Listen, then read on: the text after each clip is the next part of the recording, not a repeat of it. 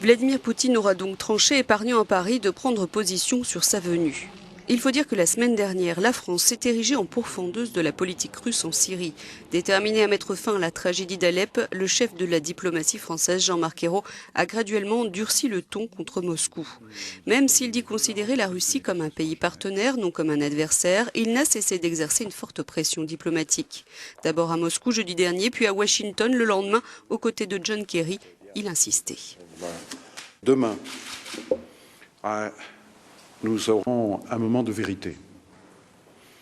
Ce moment de vérité s'adresse à tous les membres du Conseil de sécurité. Voulez-vous, oui ou non, le cessez-le-feu à Alep? Et la question se pose en particulier à nos partenaires russes. Je l'ai dit hier à Sergueï Lavrov. Le même jour, depuis l'ambassade de France à Washington, il tentait encore d'accentuer sa pression pour que la Russie accepte le cessez-le-feu sur Alep après l'échec de l'entente russo-américaine et la reprise des hostilités. J'ai dit la même chose à Sergueï Lavrov à Moscou. J'ai dit ma inquiétude et mon indignation. Et j'ai dit mon espoir aussi que la Russie ne voudra pas être complice de ce drame terrible et qui laissera des traces dans l'histoire de l'humanité. Donc j'ai encore l'espoir que la résolution soit votée.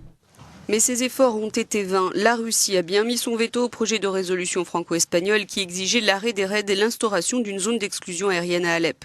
11 des 15 membres du Conseil de sécurité l'avaient pourtant soutenu. C'était la 5e fois que la Russie opposait son veto à une résolution concernant la Syrie depuis le début du conflit. La Russie avait toutefois présenté une résolution plus générale sur la cessation des hostilités en Syrie qui a été rejetée.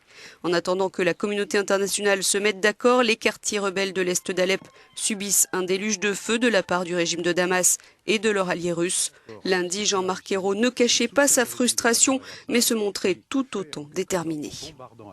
Un cadeau aux terroristes. Il y a des crimes de guerre, c'est le secrétaire général des Nations Unies qui l'a dit, ça c'est une évidence. Après, il faut dégager les responsabilités. Nous sommes dans un cadre de droit international. Il y a la Cour pénale internationale. Paris voudrait donc saisir la procureure de la CPI pour voir comment ouvrir une enquête. Cela s'avère compliqué, mais peut-être pas impossible. Paris attend aussi un rapport fin octobre sur l'utilisation d'armes chimiques en Syrie pour envisager de nouvelles sanctions contre le régime de Damas.